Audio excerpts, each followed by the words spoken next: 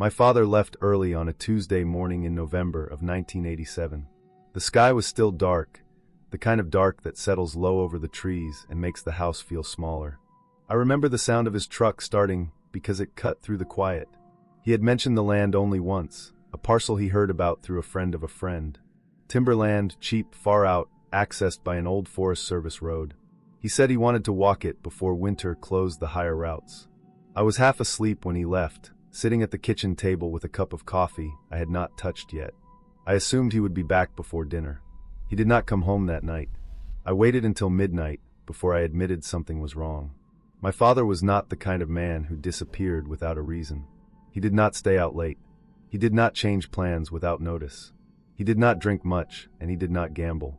He worked, came home, fixed things around the house, and went to bed early. When morning came, and his side of the driveway was still empty, I called the places I thought made sense. The diner he liked. The gas station near the highway split. A motel in the nearest logging town. No one had seen him since the previous morning. By late afternoon, I decided to take his route myself. I wrote down what I knew from memory.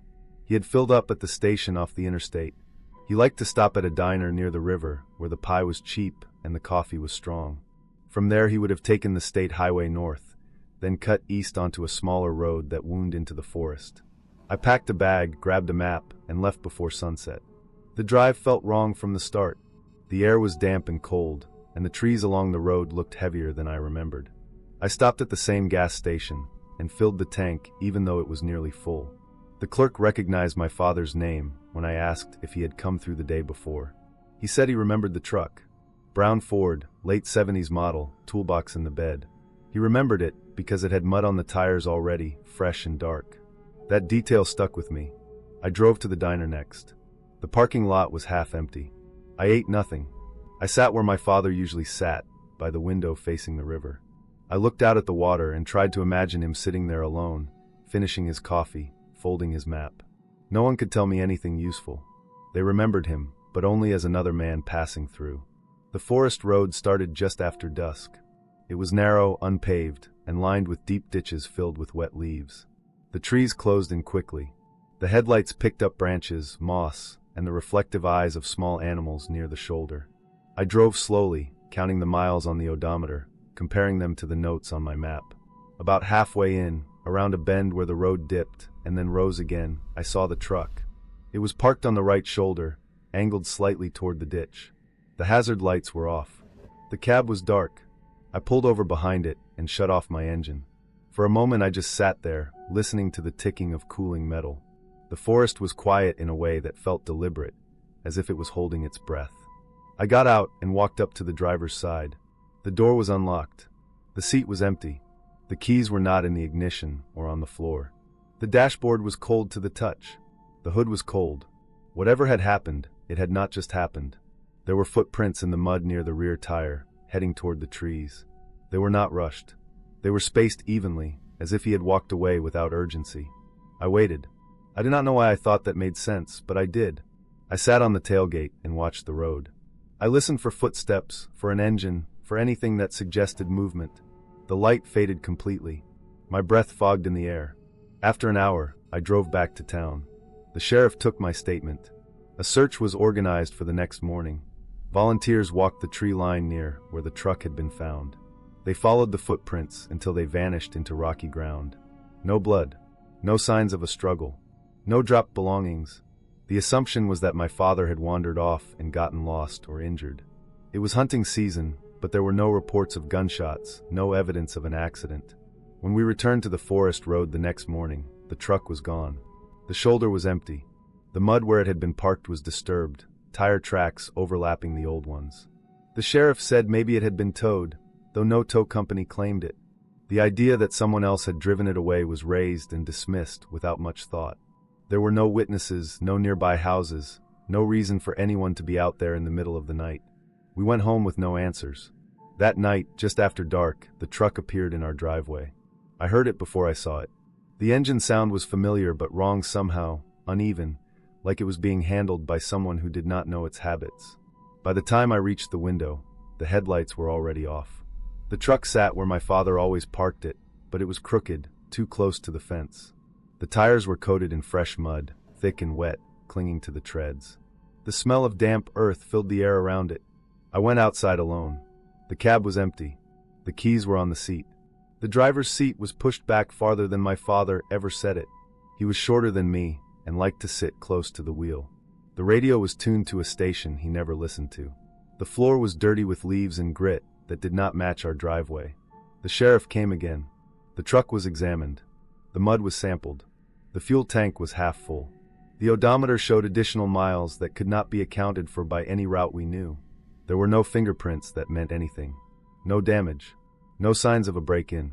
The official conclusion was theft followed by abandonment, though that explanation did not cover why it returned to us or who brought it back. Weeks turned into months. The searches expanded and then slowed. My father was declared missing, then presumed dead. The truck remained. I drove it sometimes, though it never felt right. The seat adjustment bothered me every time. I cleaned it thoroughly, but the smell of wet soil lingered. Years later, after moving and selling the house, I learned what likely happened.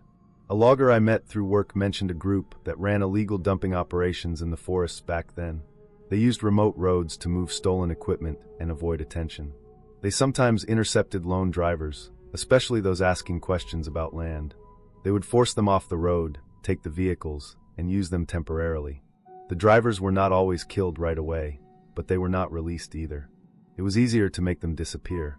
My father had probably been followed after the diner. He had stopped on the forest road because they told him to.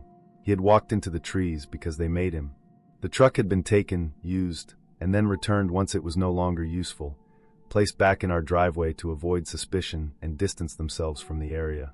The wrong seat position, the unfamiliar radio station, the extra miles, the fresh mud all pointed to someone else behind the wheel. The land he went to see was never developed. The road was eventually gated and left to grow over. The case remains open on paper, but nothing new has surfaced in decades. The truck was sold for parts long ago. I still think about that night when it came back without him, how something so ordinary could carry so much weight. It was not a mystery built on shadows or stories. It was the result of people choosing convenience over lives, and of a place remote enough to let them do it without consequence.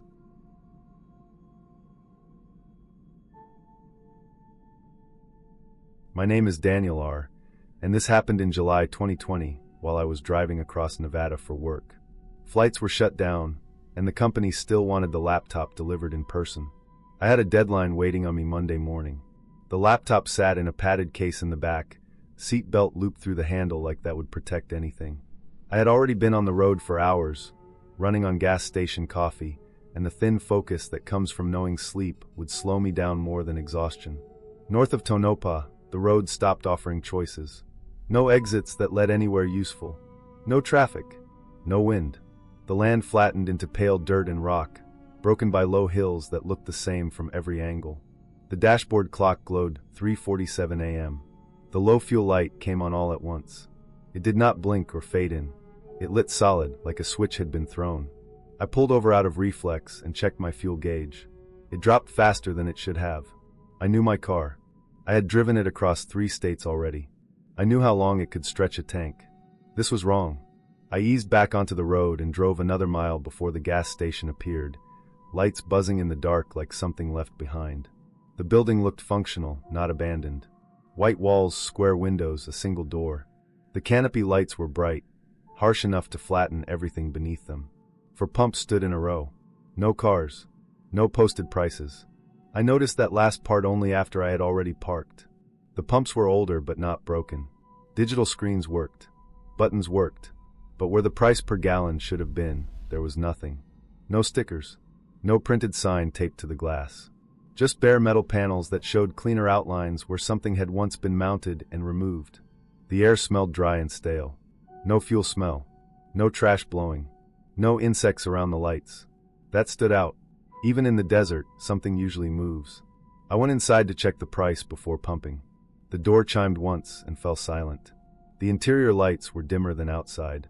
1 long aisle, coolers along the right wall, counter at the back. A man stood behind the counter. Middle-aged. Clean shirt. No name tag. No mask. His face showed no reaction to me entering. He did not look at me directly. He watched me through the reflection in the cooler door across from him. I could see his eyes track me as I moved. When I stopped, his eyes stopped. When I shifted my weight, they moved again. It felt deliberate. I waited for him to acknowledge me. He did not. I asked how much the gas cost. My voice sounded loud in the small space. He did not answer. He raised his hand and pointed toward the door. I stood there longer than made sense. I waited for him to look at me. He never did.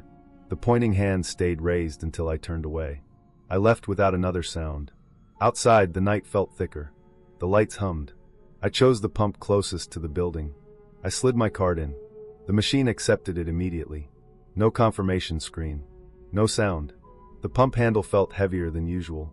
When I started fueling, there was no click. No vibration. The display numbers rolled fast, faster than normal, like they were skipping frames. Gallons and dollars both climbed at the same speed, which made no sense. I stopped the pump after a few seconds and watched the numbers continue to spin for a moment before freezing. It stopped at exactly $20. Even. No cents. The gallons line showed a number that did not match what should have cost $20 in any state I had driven through. I tried again. Same result. No sound.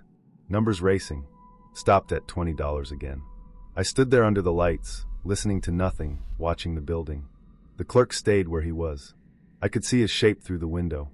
He did not move. I replaced the nozzle and got back into my car. The interior smelled normal. The engine started without hesitation. As I shifted into drive, the radio turned on by itself. I do not leave the radio on. I keep it off on long drives so I can hear changes in the car. The volume came up low, already tuned to a station. A calm voice delivered a weather report. The place named was my hometown, 3 states away. The report described a storm system moving in overnight, heavy rain, flooding in areas that rarely saw it. The details were specific. Street names, a river level, a warning time. I reached for the radio and turned it off. The silence returned, thick and immediate. I pulled away from the pump and drove back onto the highway. The gas gauge showed nearly full. That made no sense. I told myself the sender might be sticking. The road stretched empty ahead of me. 10 minutes passed. Then 20. The radio stayed off. The fuel gauge did not move. The station lights vanished behind me without any curve in the road to explain it. I tried to focus on the drive. The laptop in the back mattered. The deadline mattered. I checked the mirrors more often than needed. Nothing followed me. The desert stayed still. An hour later, rain started. It came down hard and sudden, soaking the road in seconds. In Nevada, that felt wrong. I remembered the radio report and felt my stomach tighten. I drove slower. Water pooled in shallow dips. The storm lasted less than 30 minutes, then stopped like a faucet turned off. I did not stop again until dawn. At a rest area, I checked my phone. No service. I checked the time. It matched the dashboard. I checked the weather. My hometown alert showed heavy rain overnight. Flood warnings issued exactly when the radio had said they would be. I stood outside the car and looked at the trunk. I do not know why I decided to open it. The thought came fully formed, without logic. I lifted the lid. The inside metal showed scratches. Long lines, uneven, cut into the paint. They ran upward, toward the latch. They overlapped and crossed. They were not new. The edges were dulled, but they were not old enough to have rusted. I owned the car for 5 years. I used the trunk often. I never carried animals. I never hauled scrap. I never saw those marks before. I checked the spare tire compartment. Nothing out of place. I closed the trunk and sat on the bumper until my breathing slowed. I finished the drive in daylight. I delivered the laptop on time. I did not mention the gas station to anyone. I told myself it was a scam, a way to charge flat amounts without posted prices, a way to avoid scrutiny. I told myself the radio signal bled over from somewhere else, a coincidence made sharper by fatigue. I told myself the scratches were from something forgotten, some earlier trip. A week later, my credit card statement posted. The charge was not $20. It was $200.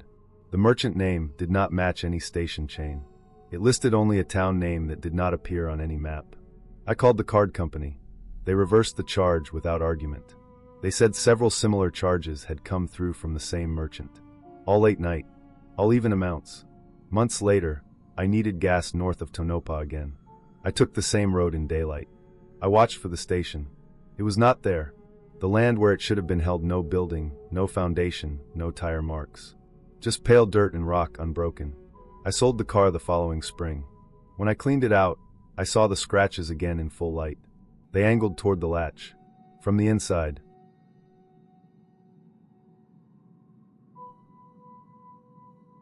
Leah insisted on driving because she said it helped her think. Her father had died 3 weeks earlier, and the house she grew up in sat empty while paperwork crawled through probate. We were going there to collect documents before the realtor changed the locks. Mark came along because he had helped Leah move boxes after the funeral, and because neither of us wanted to leave her alone on the road that late. We left just after 10. Snow had started falling an hour earlier, thin and quiet. It was the kind that made the world feel smaller, the kind that swallowed sound and softened edges. The highways cleared out fast once we left the last town. By the time we turned onto the county road, there were no other cars, no reflectors, no light except Leah's headlights and the weak moon behind clouds. Her car smelled like old coffee and pine cleaner. The seats had ground in salt stains. There were funeral programs folded into the door pocket. The radio refused music and caught only talk stations, all distant and broken. Leah did not turn it off. She kept her hands tight on the wheel and leaned forward like she was listening for something outside the car. Western Pennsylvania looks gentle on maps. Rolling hills, trees, farm roads. At night in winter it feels narrower, more private. The trees leaned in close. The road dipped and rose without warning. Snow collected in the low spots and blew clean off the ridges. Around 11:40, we passed a farmhouse set back from the road. The porch light blinked on and off in a pattern that felt intentional. Not fast, not slow. 3 seconds on, 2 off, then a longer pause. The house itself was dark. No other lights, no car in the drive. The mailbox leaned left, its red flag bent down. I noticed it because of the blinking. Mark noticed it because of the timing. Leah did not react. She drove straight on.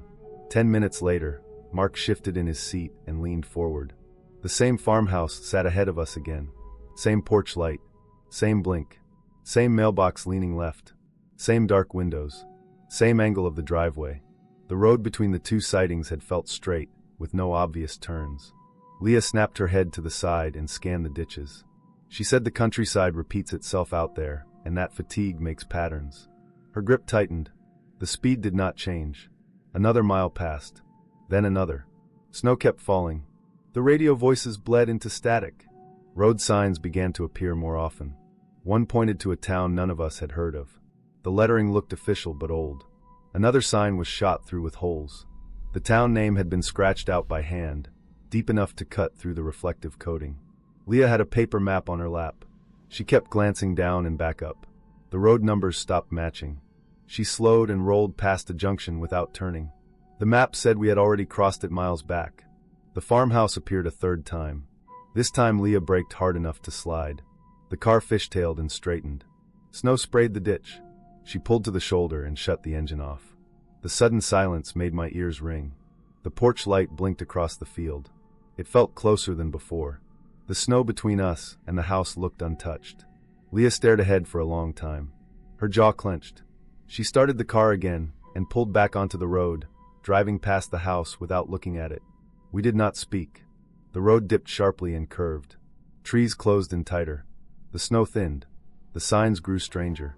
One pointed back the way we came, marked as a shortcut. Another listed distances that did not make sense, with numbers scratched and rewritten. We passed a stretch where the asphalt was newer, black and dry, cutting through wet leaves. Steam rose low to the ground.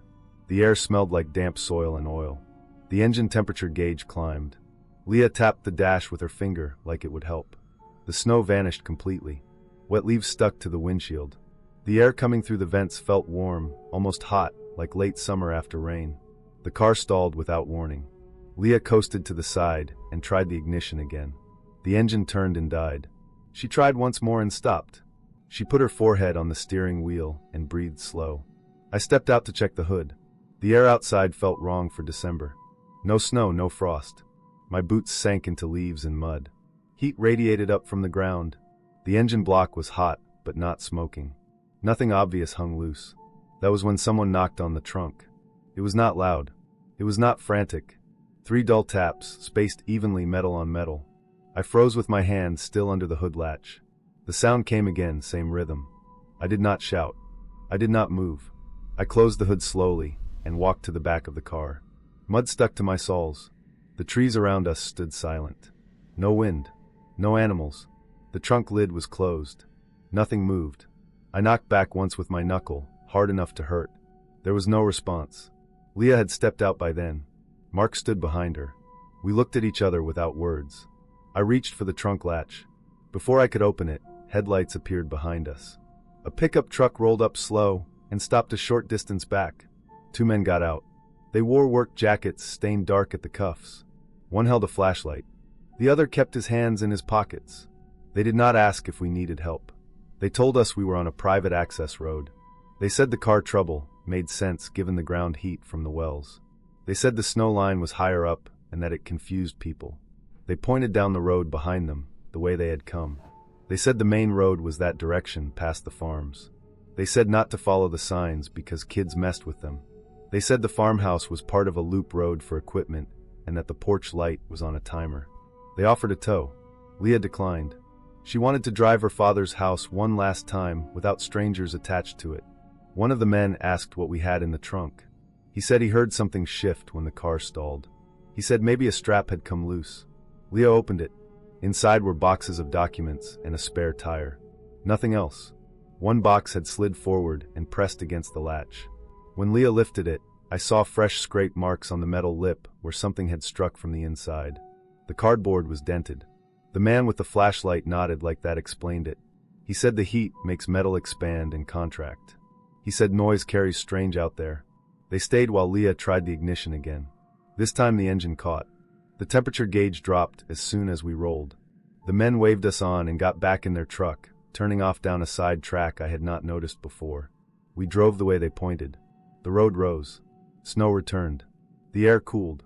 The radio caught music again. We reached Leah's childhood house just after 1. The lights worked. The heat worked. The paperwork sat where it should have been. None of us slept much that night. Weeks later, after the house sold, Leah went back to the county office to settle taxes. She mentioned the access road and the wells. The clerk told her there had been illegal drilling in that area for years, hidden behind shell companies. Access roads looped to confuse trespassers. Locals altered signs to keep outsiders out. Security lights ran on timers to signal shifts. Trucks patrolled at night. The warmth came from venting and runoff. The loops were intentional. People who wandered and got turned around until they left or broke down. The clerk also mentioned reports of thefts from stopped cars. People hid in woods and checked trunks when engines died. Boxes shifted when cars stalled because the road camber changed. Leah never drove that car again. She sold it with the house. Mark stopped taking late road trips. I still think about the rhythm of the knock. Not because it felt unreal, but because it felt practiced.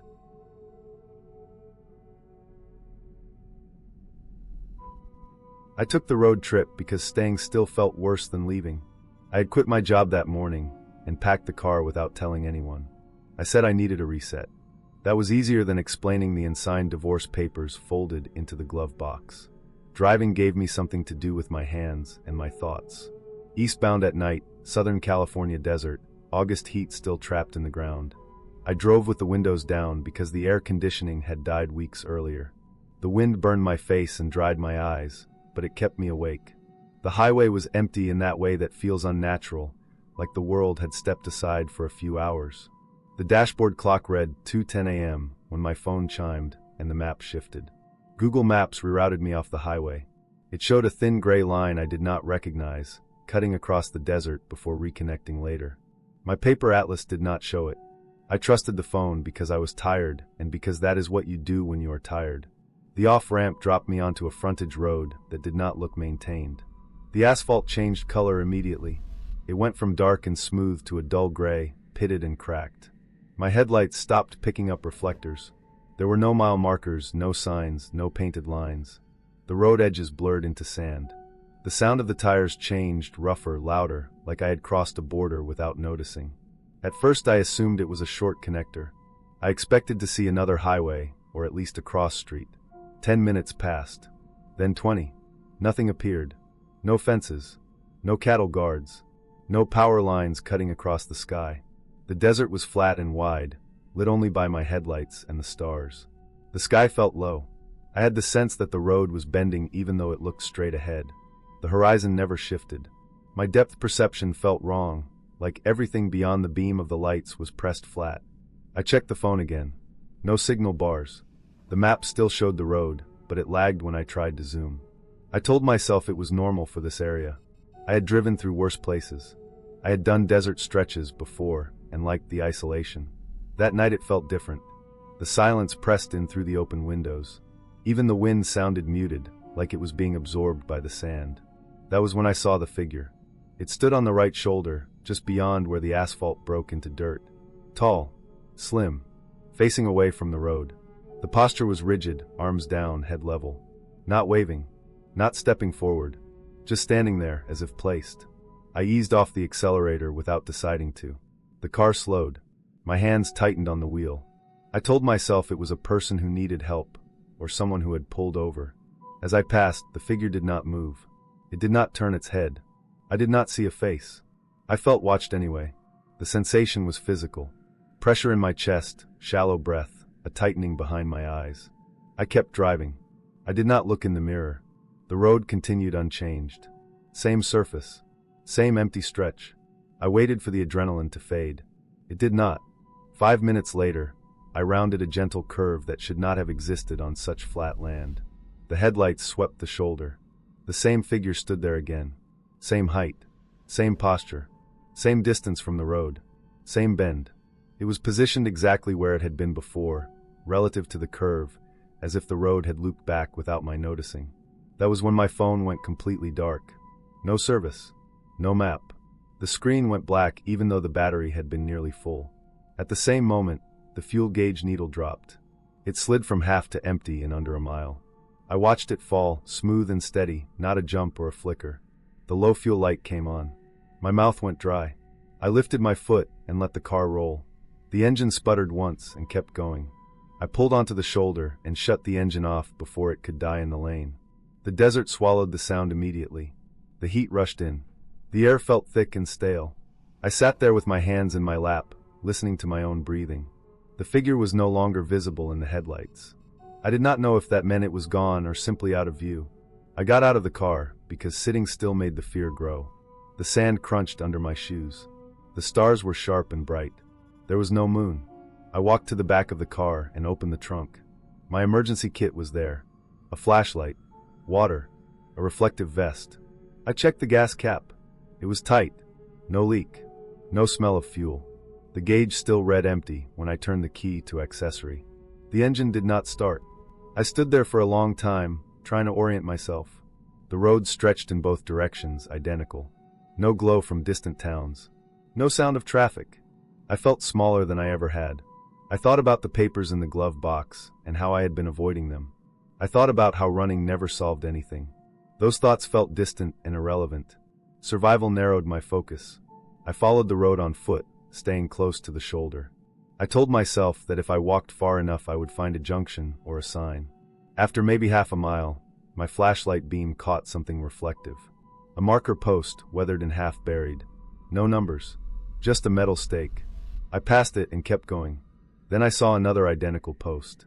Then another. All evenly spaced. None marked. The road curved gently again. My stomach dropped. The figure stood ahead, back to me, exactly where it had been before. I stopped. I did not move closer. I stood still until my legs trembled. The figure did not react. The wind brushed past it without effect. That was when the rational explanation finally formed, slow and heavy. This was not one person appearing twice. This was multiple people or markers, or something else placed deliberately. I had been diverted onto a closed-service road used for maintenance or testing. The figure could be a mannequin or a sign base. The repetition could be intentional, meant to disorient. The fuel drop could be a faulty sensor aggravated by the rough road. I turned around and walked back to the car, forcing myself not to run. I did not look toward the figure again. At the car, I sat on the hood and drank water. I waited for my heart rate to settle. I thought about what to do next. Walking blindly was a mistake. Staying put was safer. Someone would pass eventually. Time stretched. The heat eased slightly. Just before dawn, a distant hum reached me. Headlights appeared far down the road, low and slow. A maintenance truck rolled past without stopping.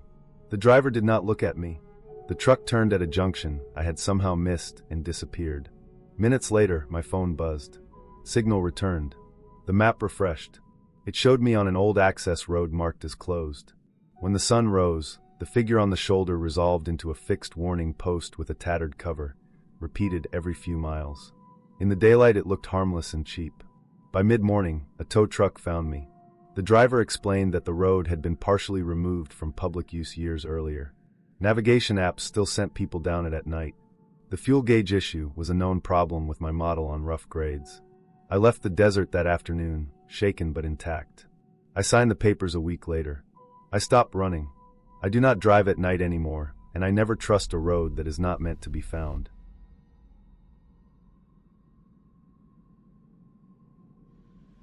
The call came at 1:12 in the morning.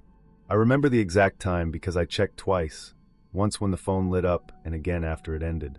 My brother's name sat on the screen, which already felt wrong. He never called that late. When he did call, he usually texted first. The message was simple and urgent, telling me I needed to come right away. There was no panic in his voice. It sounded level, controlled, almost careful. That calm tone unsettled me more than shouting would have. I did not ask for details. I did not pause to think. I put on jeans, a sweatshirt, and shoes without tying them properly. I grabbed my keys and wallet and left the house with the lights still on. The air outside was cold and damp in that early spring way that sinks into clothing. The sky was moonless, a flat dark ceiling. I started the car and pulled away from the curb, my heart already racing, my thoughts moving faster than the road in front of me. The drive to my brother's place usually took 3 hours on a normal day. That year, the interstate was under construction for miles, so the fastest route cut through back roads, small towns, and long stretches of nothing. I knew those roads well enough in daylight. At night, they felt unfamiliar. The headlights carved narrow tunnels through trees and fields. Every mailbox and fence post flashed by like a warning marker. I kept the radio off. I wanted to hear the engine, the tires, anything that felt solid. My phone sat face down on the passenger seat. I did not want it lighting up again. I did not want another call that might change whatever plan I had already committed to by driving. About an hour and a half in, somewhere between towns with names I barely remembered, I noticed a pickup truck ahead of me. It was old, the kind that had been kept running out of stubbornness rather than care. The tailgate was rusted through in spots, the paint faded to a dull brown red. One brake light worked. The other stayed dark. The truck drifted slightly within its lane, not enough to seem drunk, but enough to feel inattentive. At first, I thought nothing of it. Back roads attract vehicles like that. But after several miles, I realized I was still behind the same truck. The road curved and straightened, dipped and rose, and the truck remained ahead, always just far enough to stay in view.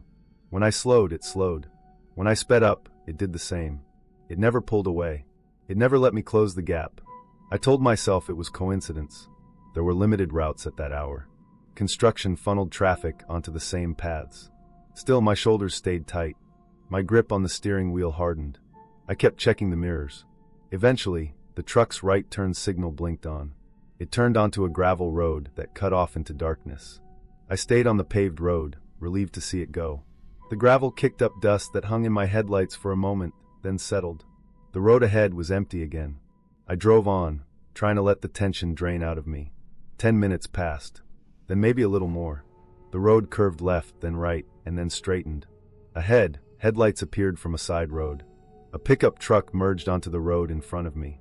The shape, the rusted tailgate, the missing brake light all matched. It was the same truck. There was no way it should have been there. I had not seen any connecting road. The gravel turnoff had led away from the main route, not toward it. I felt a cold pressure in my chest as I followed again, my mind running through maps I half remembered. Rural roads sometimes looped back in ways that were not obvious in the dark. I tried to accept that explanation, even as it felt thin. The truck continued at a steady pace. I watched it closely now. The rear window was dark. The cab light was off. The bed looked empty except for a loose tarp folded near the cab. The truck did not signal turns. It did not vary its speed much. It simply stayed ahead of me, leading me through the dark. After several more miles, the road widened slightly, offering a passing lane. I did not hesitate. I checked for oncoming traffic, signaled, and pulled out. As I drew alongside the truck, I glanced over, expecting to see a tired driver, maybe someone lost or distracted. The cab was empty. There was no driver, no passenger, The seats were visible through the open windows. The steering wheel was still. The engine was running. The truck moved forward on its own, perfectly centered in the lane. The windows were down, and the interior light was off. I saw no one slumped down, no one ducking. The space was empty.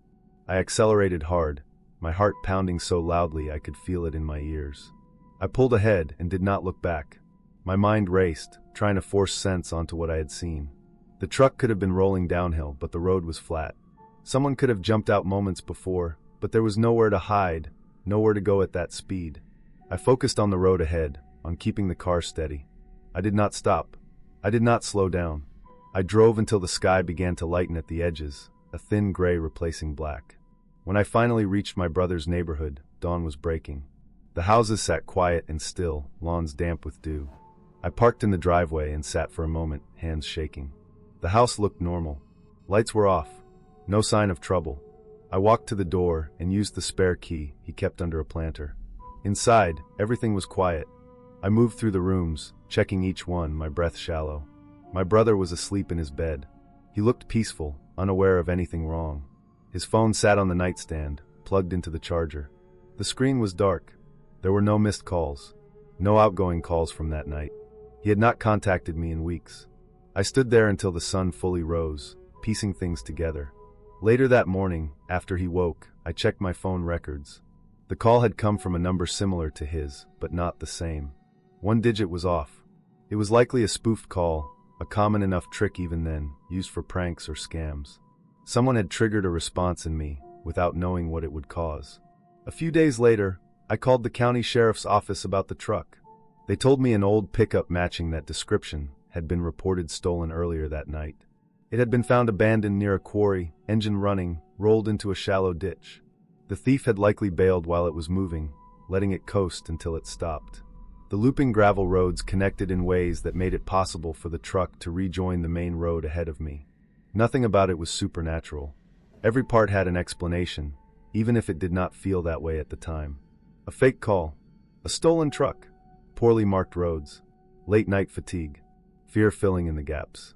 What stayed with me was how easily I had been pulled into motion by a calm voice and a sense of obligation. How little it took to send me driving through the dark, following something I did not understand. I still think about that night when the phone rings after midnight, and I still check the road ahead more carefully than I used to.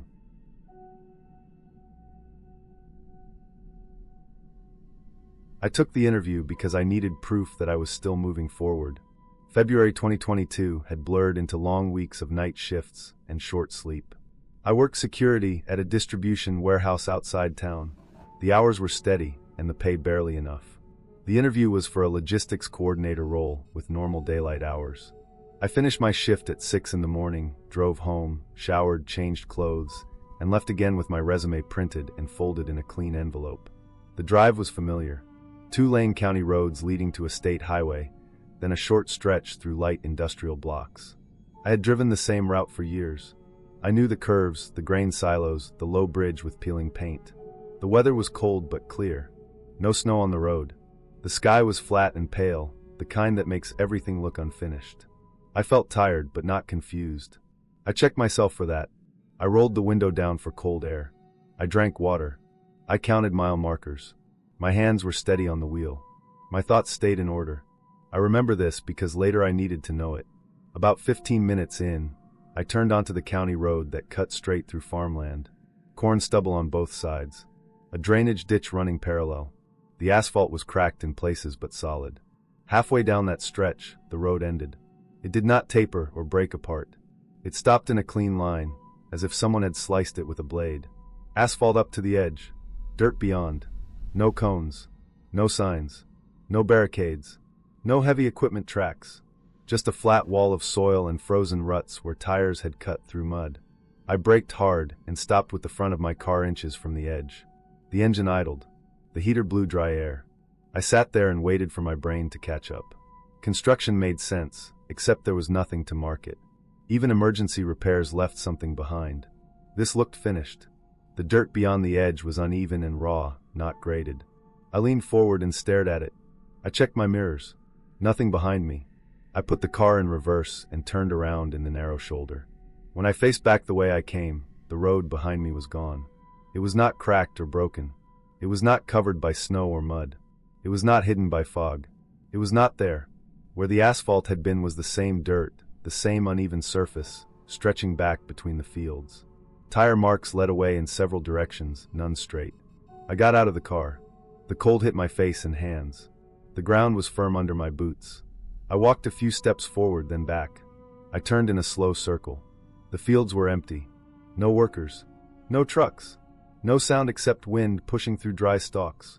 I checked my phone. No signal. That was not unusual in that area. I checked the map anyway. The blue dot hovered near the road name I knew. The road line was still drawn straight through the fields. I stood there longer than I should have. I felt the pull of the interview time, the clock ticking forward. I got back in the car and drove. The dirt road was narrow but passable. I followed the tire marks, keeping my speed low. The land rolled gently. Fences appeared and disappeared. I passed a farmhouse with lights on in every window. No vehicles in the drive. No movement inside. The windows reflected the sky like mirrors. I told myself it was early morning and people were asleep. I told myself this was a temporary detour. I told myself nothing had actually changed. The road split without warning. No signs. I chose left, then right, then straight. The surface shifted between dirt and gravel and thin strips of old pavement. I crossed a bridge that did not show on the map. I passed more houses, all lit, all quiet. No mailboxes. No trash cans. No footprints in the snowless ground. I watched the dashboard clock. It moved forward normally. Minutes passed. My fuel gauge stayed steady. The radio found no stations. Static filled the car. After what felt like an hour, the land opened up and the dirt narrowed into a strip of pavement. Yellow lines appeared. A familiar green highway sign rose ahead. I pulled onto the shoulder and stopped. The sign showed the highway number I needed. The mileage matched what I expected from the county road. I merged and drove the last stretch in silence. When I parked outside the office building, the lot was half full. I checked my clock. It showed a time from the night before, hours earlier than it should have been. The date was correct. The time was wrong. I shut off the car and sat still. I checked my phone again. The phone showed the current time. I compared it to the car clock. The difference was 6 hours. I went inside, took the elevator, and waited. I knew the appointment time. I had arrived 5 minutes early. Later, after paperwork and explanations that stayed vague and polite, I drove home and retraced the route in daylight. The county road was intact. No construction. No dirt edge. No missing stretch. The asphalt ran straight through the fields like it always had. I stopped at the spot where the road had ended. There was nothing there. Just cracked pavement and a shallow ditch. No sign of disturbance. I took the car to a mechanic the next day. The battery tested weak. The clock had reset at some point. The mechanic said it could have happened during a voltage drop. He said clocks were simple systems and lost time easily. I requested my location data from my phone provider. The log showed gaps. Long ones. The phone had lost signal for extended periods and recorded no movement during those windows. The timestamps jumped. I requested my vehicle data from the onboard system. It showed steady speed, normal braking, no anomalies. The mileage was higher than expected by nearly 40 miles.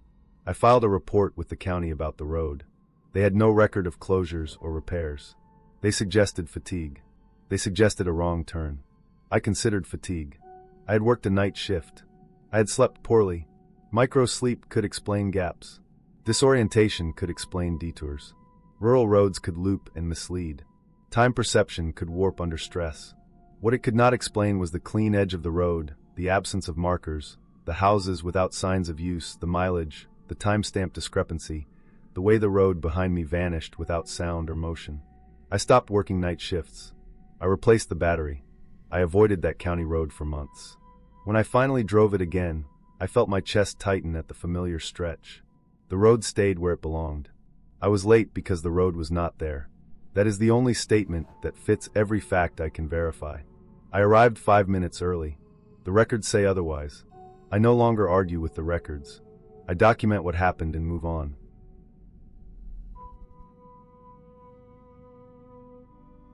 We planned the trip because we wanted distance. May 2017, northern Montana, late spring when the snow still clung to shadows and the ground smelled wet and sharp. Our anniversary fell during a quiet week. No crowds, no phones, no obligations. The cabin sat at the end of a Forest Service road that only showed up on printed maps. No cell service. That was the attraction.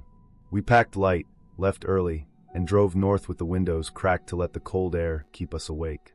The farther we drove, the thinner the traffic became. Pavement turned to patched asphalt, then to gravel. Pines closed in on both sides. Snowmelt ran through shallow ditches. The road followed the shape of the land, bending around hills and dipping into low areas where the trees grew tight and dark. We passed the last town without stopping. One gas station, one diner, one weathered sign warning about open range. After that, nothing. About an hour later, I saw movement at the edge of the road. It crossed fast, low to the ground, from right to left. Not a blur, not a dart. Smooth, controlled. It moved with no wasted motion. It did not stumble or hesitate. It made no sound. Gravel did not shift. Branches did not snap. It was simply there and then gone, slipping into the trees. I slowed without thinking. My first thought was deer, but the shape did not fit. Too long. Too close to the ground. No visible head bob. No raised tail. The body stayed level the entire time, like it was sliding instead of running. The color registered as dark, maybe brown or gray, but the light was wrong. Sun filtered through branches, broken into stripes. I kept driving. I told myself it was a trick of speed and angle. Animals look strange when they cross roads fast. The forest does that. It plays with depth and proportion. 10 minutes later, it happened again. Same movement. Same side of the road. Same direction. Ahead of us, never close enough to hit, never far enough to feel random. It crossed just before we reached the spot, like it knew our pace. This time I braked harder. The tires crunched on gravel. The trees swallowed the shape before I could focus on details. I felt the tightness in my chest settle into something colder. Over the next 30 miles, we saw it again and again. Always ahead. Always crossing the road just before we arrived. Sometimes it appeared between trees, sometimes from a ditch, sometimes from a rise where the forest thinned. It never crossed behind us. It never lagged. It matched our speed without effort. When I slowed, it crossed sooner. When I sped up, it waited longer. The distance stayed the same. I started to watch the shoulders instead of the road. Once, it did not cross. It stood on the right shoulder as we approached, still as a cutout. I eased off the gas. The shape held its ground. When we passed, I turned my head despite myself. I could not identify it. The proportions were wrong. The body was too long for a dog, too smooth for a bear. The shoulders sat higher than the hips. The head looked small compared to the body, tucked forward instead of raised. The legs were thick but not heavy. The tail hung low, thick at the base, tapering without a visible tuft. It did not snarl or bare teeth. It did not flatten ears or crouch. It simply watched us go by. The eyes reflected light, but not brightly. Dull, pale, steady. It did not turn its head as we passed. It rotated its eyes only, tracking without movement. I kept my foot steady and did not look back. After that, the crossings continued, but less often. The road climbed into higher ground. Snow lingered under the trees. The air cooled. The forest grew denser. The silence pressed in, broken only by the engine and the crunch of tires. I felt like the space inside the car had shrunk. Every bend felt staged. When the cabin finally came into view, the relief felt physical. The building sat in a clearing surrounded by trees, weathered darkened by years of snow and sun. No other structures. No tracks leading away except the road we came in on. The place looked unused but intact. Windows intact. Door solid. Roof holding. I parked beside the cabin, facing outward, a habit I did not remember forming. We unloaded quickly. The forest stood quiet around us. No birds. No wind. The air smelled of damp earth and pine sap. I scanned the tree line while carrying bags, expecting movement. Nothing broke the stillness. That night passed without incident. The cabin creaked as temperatures dropped. The dark pressed against the windows. I slept lightly, waking often without knowing why. No sounds reached us from outside. No scratching, no footsteps, no calls. Just silence so complete it felt deliberate. Morning light came gray and thin. I stepped outside first. The ground around the car was marked with tracks. They circled the vehicle in slow, deliberate loops. Not chaotic. Not overlapping. Each step placed with care. The tracks stayed a consistent distance from the doors, the hood, the trunk. They did not approach the cabin. They did not wander into the clearing. They remained focused on the car alone. I crouched to look closer. The prints were large, rounded, with no visible claw marks. 4 toes, wide pad. The stride was long. The spacing even. The path curved smoothly, again and again, like the animal had paced the perimeter with purpose. I followed the tracks to the edge of the clearing. They stopped at the road. Not faded. Not broken. They ended cleanly where gravel met dirt, as if the animal had stepped onto the road and then vanished. No tracks crossed to the other side. No prints continued along the road in either direction. I stood there longer than necessary, scanning the trees, listening.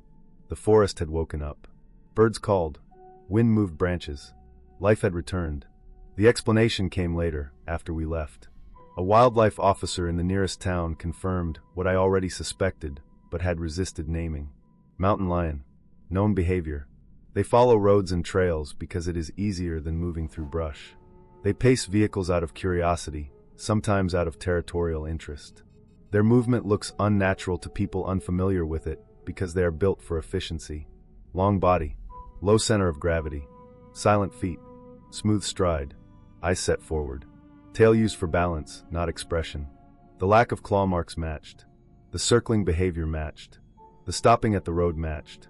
Gravel does not hold prints well. The animal likely continued along the road surface, unseen. Nothing supernatural.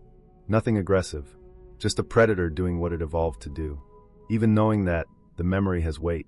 It followed us for miles without effort. It watched without fear. It circled our car without touching it. It respected the cabin as a boundary and treated the road as a line it understood. We drove home in daylight, windows up, radio on low, scanning the shoulders without speaking. I still think about how it never once rushed us. It did not need to.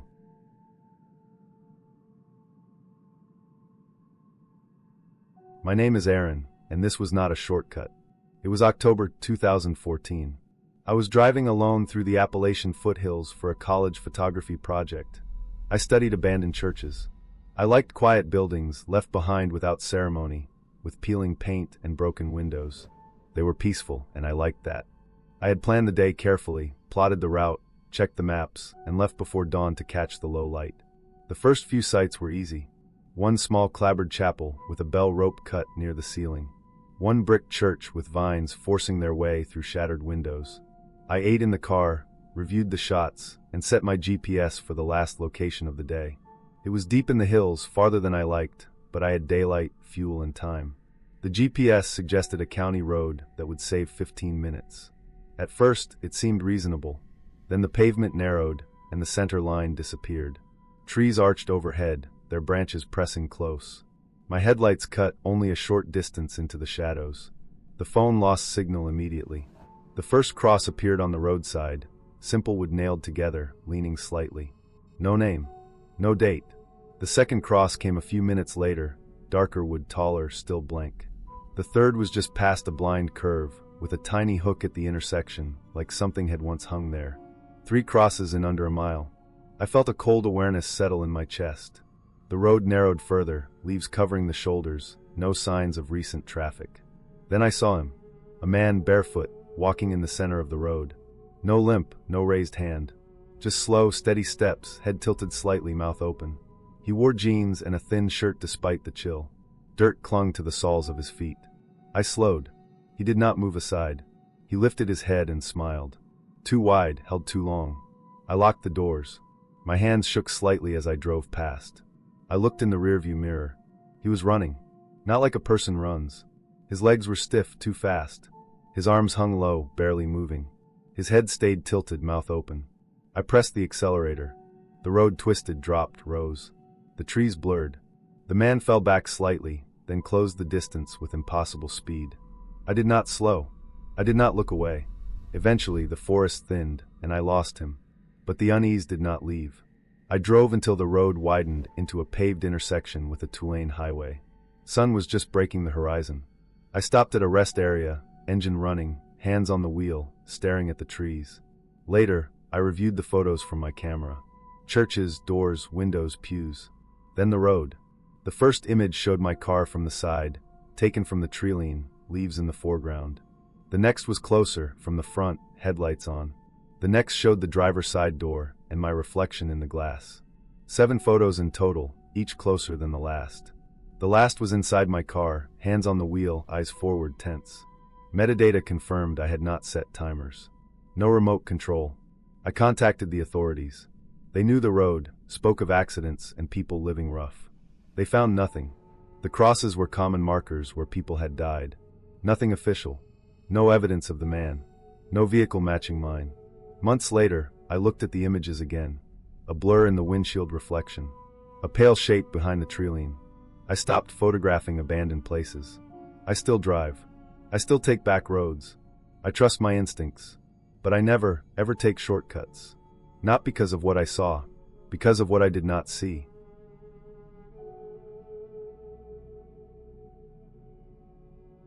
Spring break, 1999, sits in my memory with the dull weight of something never resolved. I was a college kid then, thin wallet, cheap car, bad judgment.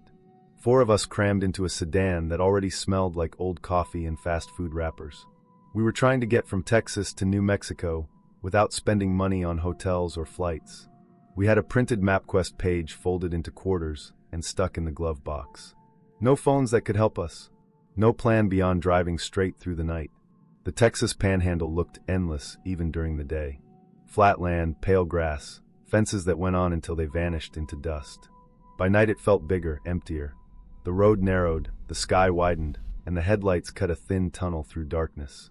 We rotated drivers when we got tired, drank warm energy drinks, and laughed at nothing. I remember thinking that nothing bad ever happened in places this empty, because there was nothing there. That belief did not survive midnight. It started with headlights in the rearview mirror. Just a pair of white dots far back, steady, matching our speed. At first it felt normal. Trucks did that all the time. Then 10 minutes passed. Then 20. They never closed the distance. They never fell back. They stayed at the same spacing, far enough not to tailgate, close enough to notice. The road was empty otherwise. No oncoming traffic. No passing lanes. Just us and those lights. We sped up. The lights sped up. We slowed. They slowed. The car behind never drifted, never swayed. It stayed centered in our lane like it was locked in place. My neck started to ache from checking the mirror too often. Nobody joked anymore. The radio was low. The air felt thick inside the car, like it was harder to breathe. After a while the headlights vanished. They did not pull off. They did not pass. They simply went dark. The road behind us stayed empty, but the feeling did not leave. My shoulders stayed tight. My stomach stayed clenched. I kept expecting the lights to reappear closer than before. They did not. That made it worse. Darkness can feel watched. We drove another half hour before stopping. There was a rest area sign, barely lit, pointing to a pull-off with bathrooms and picnic tables. The lot was empty except for us. No trucks. No other cars. The building lights buzzed and flickered. Wind scraped across the concrete. When I stepped out of the car, the cold hit hard. Texas nights can bite in March. I stretched my legs and walked toward the back of the car. That was when I saw it. Something hung from the rear bumper. A bundle, tied tight with twine or cord. Sticks bound together with strips of fabric. The fabric looked torn from clothes, different colors, some patterned, some plain. The knots were close and careful. Whoever tied them knew how to pull tight. The sticks were fresh. Sap still shined on broken ends. The bundle rested against the bumper like it belonged there. Nobody said anything. We all stood there, staring. The wind moved the fabric slightly. It made a soft sound, like dry leaves. I checked the ground around the car. No footprints stood out on the concrete. No dropped cord. No sign of anyone nearby. The bathrooms were empty. The road beyond the lot stayed dark and quiet. I untied the bundle. The cord cut into my fingers. The knots resisted. When it came free, it felt heavier than it should have. I dropped it into a trash can near the building and shut the lid. I did not want it in the car. I did not want it anywhere near us. We left without using the bathrooms. Back on the highway, the road felt narrower. The darkness pressed closer. We watched the mirrors constantly. Every reflection felt like movement. Every shadow felt close. Later, one of us needed to pee. We did not want to stop again, but there was no choice. We pulled onto the shoulder where the land dipped away from the road. No lights. No signs. Just open ground and a wide sky starting to fade toward dawn. We spread out, backs to the car, watching the road. The engine stayed running. Headlights on. That was when we heard footsteps. Slow. Measured. Not on gravel. Not on pavement. On dirt or grass. Circling the car. I froze mid-step. The sound moved behind me, then to the side. No crunching rocks. No heavy boots. The steps were light, controlled, like someone practiced at placing their feet. I turned toward the sound. The headlights threw light forward, not back. Beyond the glow was nothing but dark. The footsteps continued, steady, patient. They did not rush. They did not retreat. They stayed just out of view, tracing a slow arc around us. I strained to see movement. My eyes burned from staring. The night swallowed everything beyond the beam. The sound stopped near the trunk. Then it moved again, closer to the passenger side. I felt watched in a way that pressed against my skin. We did not finish peeing. We scrambled back into the car, slammed doors, locked them. Tires spun on the shoulder as we pulled back onto the road. In the mirror I saw nothing. No lights. No figure. Just the empty stretch behind us. We did not slow down after that. Morning came thin and gray. The sky lightened without warmth. We drove until exhaustion forced us to stop at a gas station just inside New Mexico. The building looked normal. Bright lights. Other cars. People buying coffee and cigarettes. When we stepped out, I saw the hood. Handprints covered it. Too many to count at first glance. Overlapping, smeared, pressed flat. Some were adult-sized. Some were smaller. Child-sized. But the proportions felt wrong. Fingers too long. Palms too narrow. A few prints had only 3 clear finger marks. Others showed uneven pressure, like someone pressing with the side of a hand or something wrapped. They were dusty, not muddy. Pale against the dark paint. Like they had been placed carefully, not slapped. The pattern spread from the front edge toward the windshield. Whoever made them had leaned in close.